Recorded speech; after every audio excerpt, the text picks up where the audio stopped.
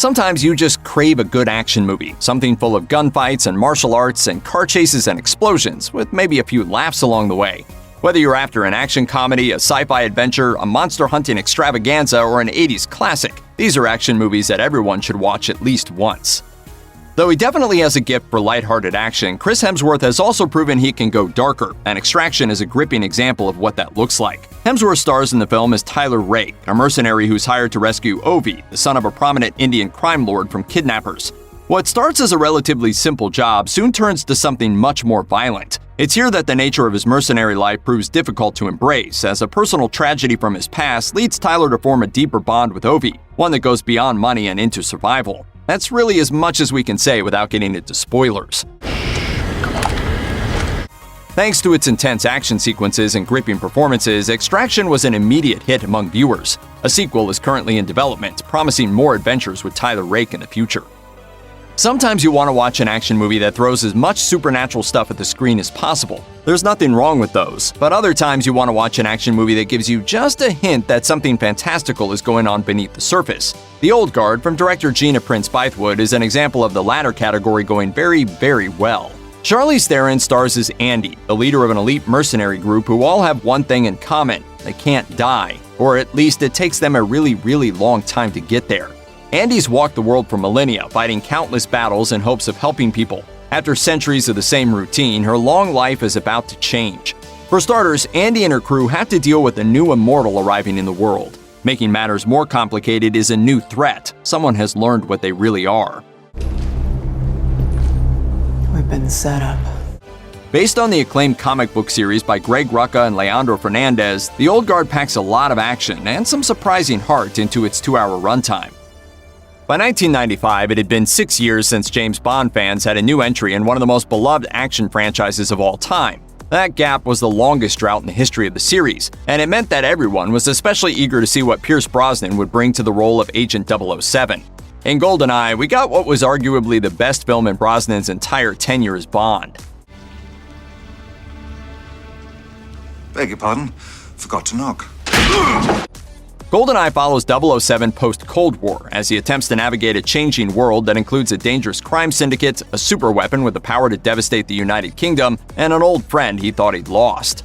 At the time of its release, GoldenEye was a dazzling blend of old and new. It combined many classic James Bond hallmarks with new versions of old characters like M and Moneypenny, as well as a more modern action style that placed it distinctly in the 1990s action movie sphere. Today, it stands as one of Brosnan's finest outings and features standout performances from the entire cast. Jean-Claude Van Damme rose to prominence as an action movie superstar in the late 1980s and early 1990s. At this point, you've got dozens of films to choose from if you're a fan of the Van Damme myth as we now know it. But if you want to see where that myth started, you need to go to Bloodsport. Van Damme's breakout film tells the story of Frank Dukes, a martial artist turned U.S. Army officer who goes AWOL in order to attend a secretive illegal martial arts tournament in Hong Kong. Once there, Frank makes friends with some of the other fighters and makes enemies of others as he gets deeper and deeper into a web of violence that can only end with a total victory. Bloodsport is a kind of film to watch when you're looking for a pure, earnest 1980s action movie experience packed with big fight moments and over-the-top drama. It's also the perfect film to watch if you want to understand how Van Damme became a star. Everything we love about him, including his trademark splits, is here. That hurts me just looking at it. There are a lot of films out there about gangsters, but they usually focus on the big shots. Then occasionally you get a film about the guys behind the big shots. If it's done right, the results are very entertaining. Knockaround Guys is one of those films. It's a story of a group of friends, all children of prominent wise guys who seem unable to rise through the ranks of organized crime.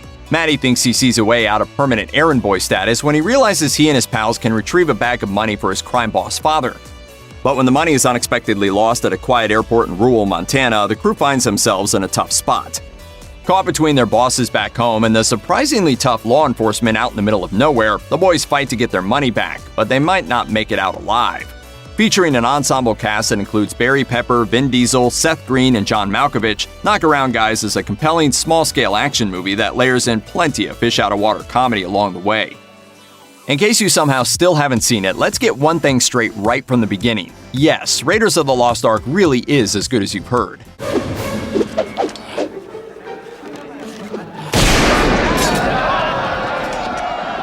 Harrison Ford is completely in his element as Indiana Jones, an in-over-his-head hero who somehow manages to look cool even when he's running for his life. Karen Allen is gloriously game for everything as Marion Ravenwood. The stunt work is so detailed and beautifully choreographed that it still holds up decades later, and that ending is still capable of stunning audiences. It's an action movie masterpiece by which other films are still measured, and an essential piece of cinema even outside the action genre.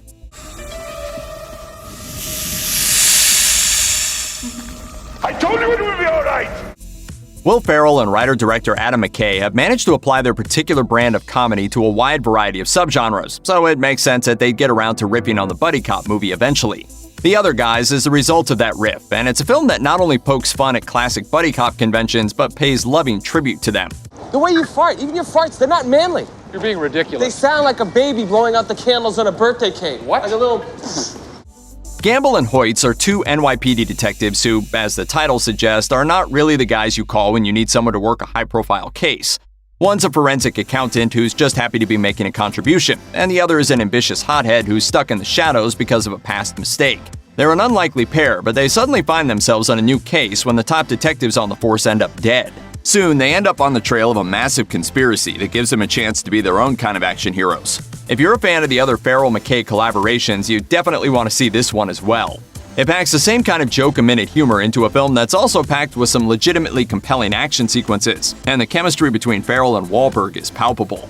He said, don't let these people take me. I mean, when you hear hooves, you think horses, not zebras. What about donkeys? Or deer? They have hoofs. What about bovine creatures?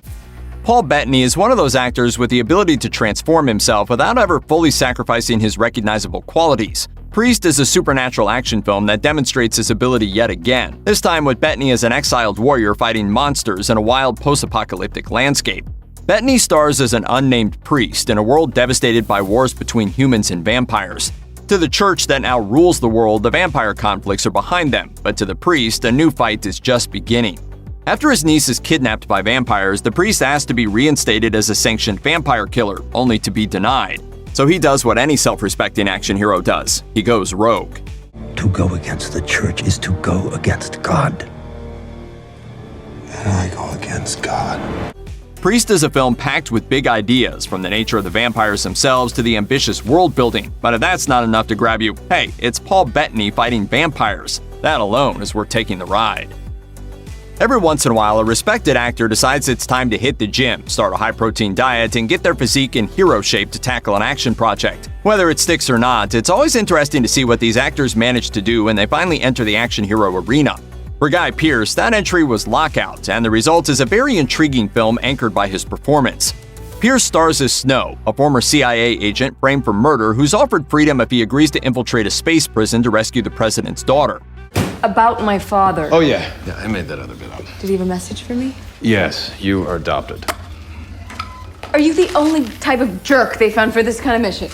Lockout is a showcase for Pearce as an action hero, allowing him to dig deep into high-concept genre work and fight scenes while retaining his charisma and screen presence. It's definitely worth seeing if you like your action mixed with a lot of sci-fi.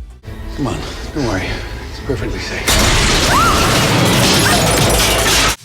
Over the course of his career as a director, Zack Snyder has made plenty of films and earned a lot of fans along the way.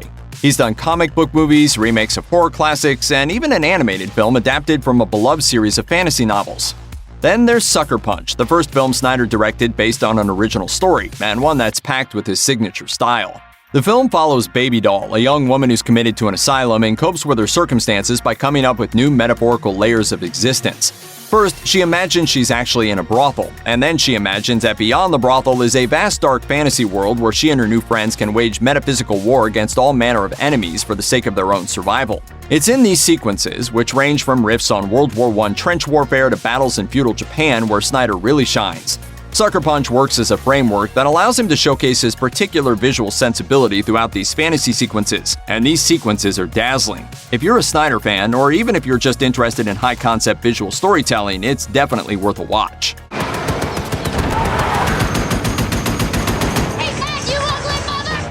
Thanks for watching. Click the links in our video to watch more from Netflix Film Club. Subscribe to our YouTube channel to get the latest exclusive videos. Plus, hit the bell so you don't miss a single one.